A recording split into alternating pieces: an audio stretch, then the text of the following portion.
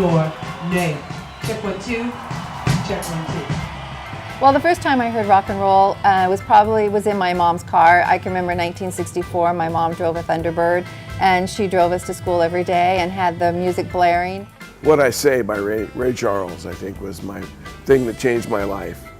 I mean, I had grown up with some folk music, but when I heard What I Say, it was over. I was hooked.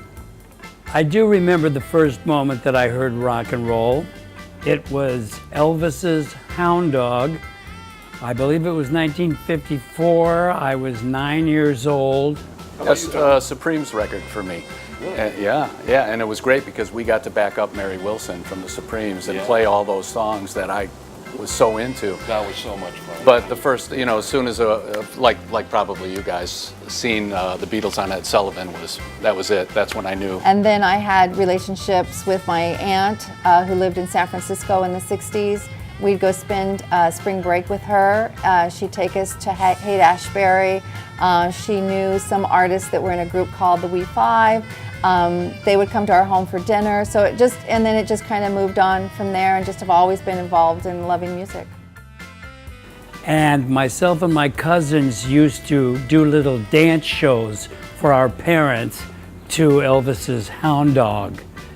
So that was ingrained in my mind since I was 9 years old. Yeah, I was 15 years old. It was 1955. First time I heard Little Richard, I just went crazy. I said, man, that's the greatest voice I've ever heard in my life. And so that just turned me on, and from that moment I taught myself how to play the piano and just became a singer. This is great. Whatever this is, it is great. I love it. So that's how it all started off for me.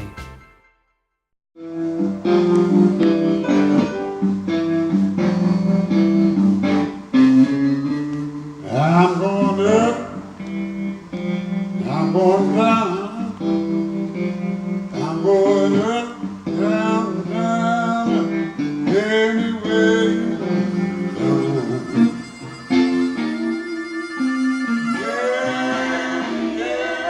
The parents of the 50s said, it's a fad, it'll never last, that Elvis guy, he's done, no one's going to do that.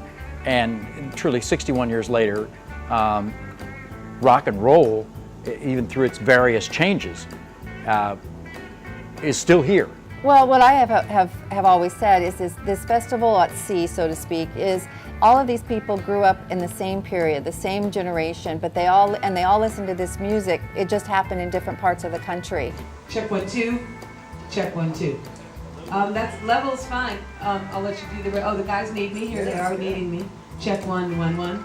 Check 1. And even today, this music is still used because it makes you feel good. It doesn't matter what your age is. You can hear the lyrics, you can sing the lyrics, and you can remember your mom playing the record.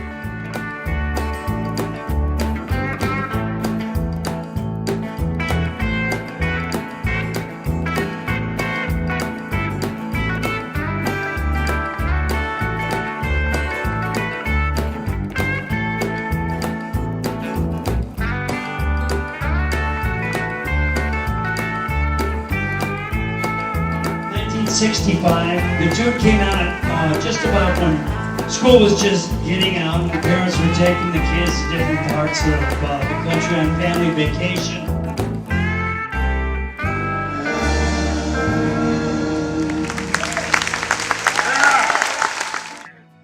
Concerts at Sea is a one-of-a-kind experience, I do believe. The people behind the scenes that work all year to make it happen, Bob and Barbara Harmon, Tammy Seeley, Dave, everybody put so much time into this thing that it really is a project of love. It was my father's idea, actually. He told Harmon, because we live in the same town, why don't we play on this cruise? And Bob said, great idea, and that's how it started. And that was, about 1990, 92. And at the time, the company that I worked for was the travel agency for Paul Revere and the Raiders in Boise, Idaho, what I call the cruise capital of the world, Boise, Idaho. And Paul traveled and was in and out of the office from time to time, and some other cruise lines were asking him to come do some theme cruises. And I was walking to my car in the parking lot, and Paul came to me and saw me in the parking lot and said, "Hey, I'm going to start doing these theme cruises. Do you want to get on board?" And not knowing any better or anything, I said yes, and it really changed my career path, and started this project. So if it hadn't been for Paul Revere, none of us would be here. And so we did that, and then after a while the theme cruises kind of went away, but we had met so many of the great artists, and we met so many of the great passengers, and they wanted someone to keep it going. And myself and Bob Harmon said, well, we'll keep it going. And so about 11 years ago, we started producing the event all by ourselves. I just came on as a technician for one of the cruises because of Paul Revere, and it was a technician and the manager. And then that filtered into, this isn't going to work. And we changed it into bringing the acts on, and then Concert C asked me to, with all the acts I've worked with years, can I go ahead and get the entertainment for them too? So we sit down and go through all the choices. Ron Lemon is the guy in charge of all this, and we just love him so much, and grateful that we're here, really. Yeah. At the end of the cruise, we get questionnaires out, and naturally somebody wants to see Paul Simon on here. They want to see Paul McCartney, or they want to see, they even put people that are dead that they want to see. So, we kind of X that one out and go, no, that's not available at this time.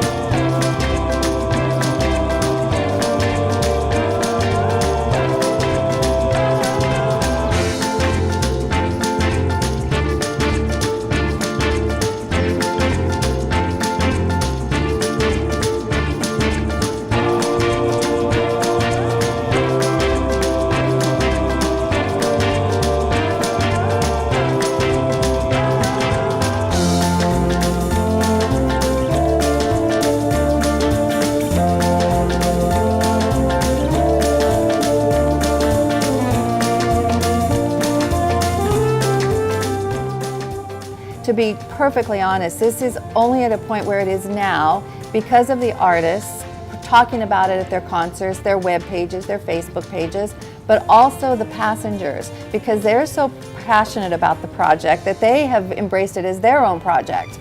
It's the artist that makes it happen. We only put artists on the ship that are personable, and they know that at dinner time somebody's going to want to shake their hand or an autograph. There's some artists that won't do that. There's some that won't walk around the ship. They'll stay in the cabin, you won't see them. We don't work with those kind of artists because it's real important that they interact with the crowd. That's why they're paying the money to be on this cruise. You know, if it's somebody that they see and they can't talk to, you know, they leave it unhappy with it. Yeah, and it was a cruise ship in the Caribbean. I don't know about you, but the first time I got on here, I didn't know what to expect being with them so much because every corner there are fans there to talk to. And at first it was a little intimidating to me, but then you kind of get used to it, you start learning the face, and they're not fans anymore, they're friends. And it's kind of neat to, I mean, some of these people have been here, I think some guy told me last night this is his 21st year in a row. Yeah. So yeah, after 21 years of doing something, you get to know people pretty well. It's kind of an interesting, fun thing, Concert to see, because you get on a ship for a week, and the deal is that you're out and about, and you meet everybody who's come to see your show and other shows. Which and, is really fun. and So- it's like you're like famous for a week. Yeah, but the other fun thing about that is that you are on the ship. You do see all these people and meet them, and so now you're basically doing a concert for all your friends, Yeah. which is kind of cool. Kind of, and they're mingle. yes, we're very approachable. We love to actually give back to the fans because they are the reason we are where we are. You know, so if you think about it that way, they're the ones that made you, so give back to them.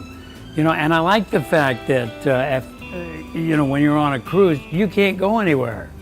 You can't escape it, you must accept it. I accept that people are going to want to talk to me, that are going to pull me in different directions and stuff, and it's all okay. I have people at the end, say this is the best, cruise. This is the best artist I've seen. It's not like going to a concert where you're 100 feet away from them. You're right there in their face. Yeah, I mean, a lot of the people come back, so you get to know a lot of the people. You get to talk to them and hang with them, and and the showroom's a great showroom. They're all up close, and it is like family. And I carry my daughter, sings with me. And Jamie's dad was Paul Revere, so it's cool. Jamie was in the band at one time, and now he's back in the band, and I mean, if he weren't Paul's son, he would have been like me, listening to that music with my parents, and then we find ourselves in the band. That's pretty cool. And we all know each other very well. I know what is going to get Susan upset or Bob upset and all these vice versas. So, if I were to upset Susan, it would be on purpose. And I would be pushing the buttons it took to do that. No. Well, we offer them so many things. Like there'll be that question and answer session, which is a big part that some of the cruises don't do, and they'll be able to answer a stupid question that the artist hasn't heard in years. Now that's an honest answer. We did it for money. They know what I'm talking about. And that's where they get personal with them. And then we have the cocktail parties where the artists show up and meet and greet people. We have the autograph thing where they finally get to shake hands and bring their album that they've had in their closet for years to get signed. Now I'm glad they're here because the only time I actually stop eating is when I'm talking to the fans. So they actually keep me from gaining 30 pounds per cruise. No. Everybody gets into it. We were laughing and somebody said, well, where's your sock hop? And I said, oh look, I have white socks on. And so that was all I had to contribute to the sock hop. But people really get into it. People plan for what they're going to do. And clearly, if you saw some of the costumes, people have put some thought into those costumes.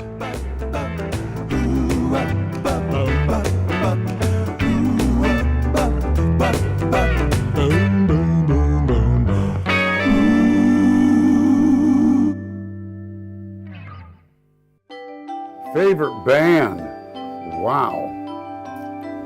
Oh boy. My favorite band, without a doubt.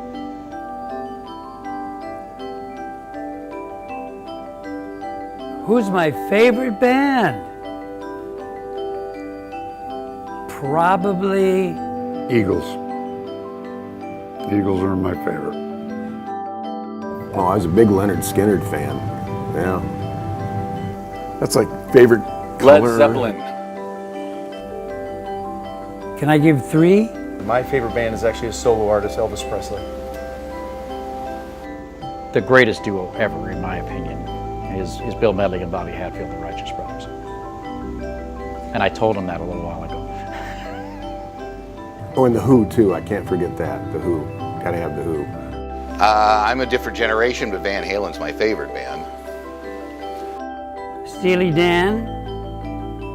I'm gonna go with the standard Beatles. I want to change mine. Captain Skeech and the Shrimp Shack Shooters. That's right, baby. You can go ahead and tell us what you're going to say, and then we'll keep going from there.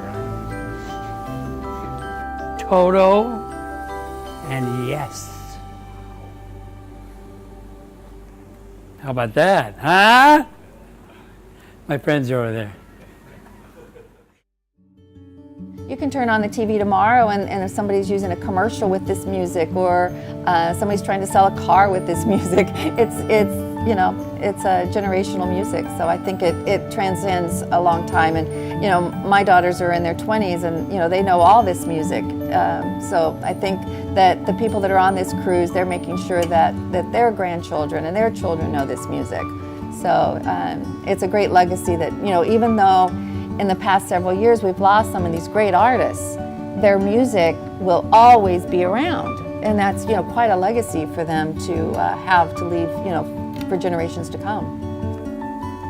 This generation did grow up with us because what I've found out is we are playing to the same people we played to in the 60s, and now we're all in our 60s, But they bring their kids, and they bring their kids, so we're playing to like 3 generations none of us would have thought at our age today anyone would be interested in our music from 1967. You Yeah, know? that didn't hurt. But the songs now carry all of us. I mean, come on, we're all old. You know, you don't need to see me with gray hair, but you want to hear the Rain, the Fire, and other things. You know, so that's what it's all about, is the music. And I get emails from these little 7-year-old girls that say, "It's so wonderful. I love all your music because my grandmother sings me to sleep with your songs." Ah, I love it.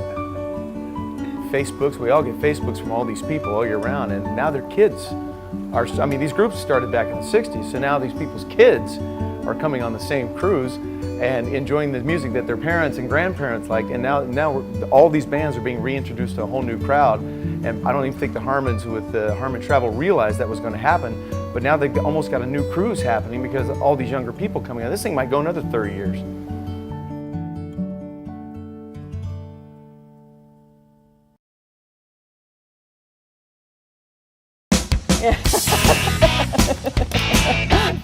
And I decided after watching Walter Scott that being a singer was a great thing because the singer gets all the girls. To make an artist happy? You gotta be kidding me. We're dismissed. We've gone A and we can go. Yeah. Awesome. Thank you. Thanks for. No, I loved it. I love doing it. I love it. I really do. Playing music is the thing.